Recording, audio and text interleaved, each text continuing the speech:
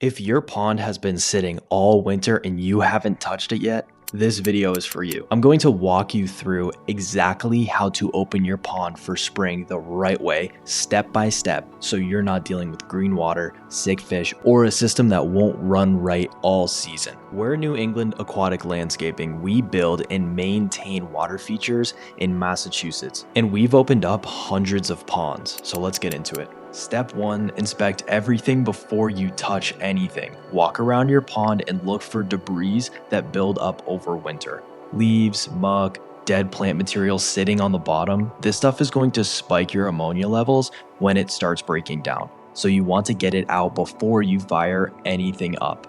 Check your pump, your filter, your tubing. Make sure nothing cracked over the winter from freezing. A cracked line you miss now is going to cost you way more to fix later in the season. Step 2, clean it out.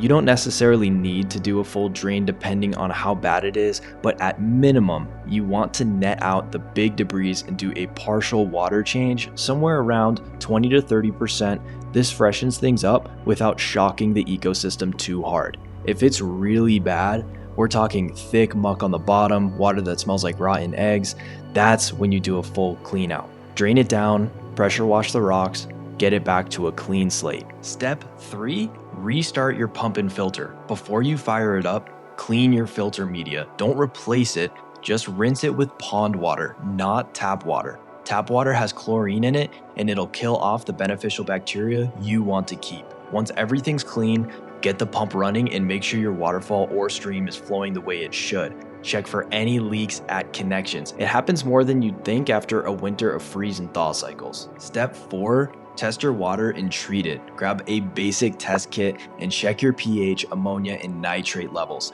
Early spring water can be all over the place, especially if you had a lot of snowmelt or rain filling the pond. If your chlorine levels are off from a water change, treat it with a dechlorinator right away. And this is the time to add a good beneficial bacteria product. It jumpstarts your biological filtration and helps the pond establish its ecosystem faster. Spring startup is the most important time to do this. Don't skip it. Step 5, know when to start feeding your fish. This one catches people off guard. You don't want to start feeding your fish the second the ice melts. Their metabolism is slow in cold water and they can't digest food properly yet. Uneaten food just rots in the water and creates problems. Wait until your water temperature is consistently above 50 degrees. Start with a wheat germ-based food. It's easy to digest. As water temps climb through spring, you can transition back to their regular diet. Step 6, get your plants going. Spring is the best time to divide and repot your aquatic plants if they've outgrown their containers. Healthy plants are one of the best natural filters you have. They absorb excess nutrients and help keep algae from taking over.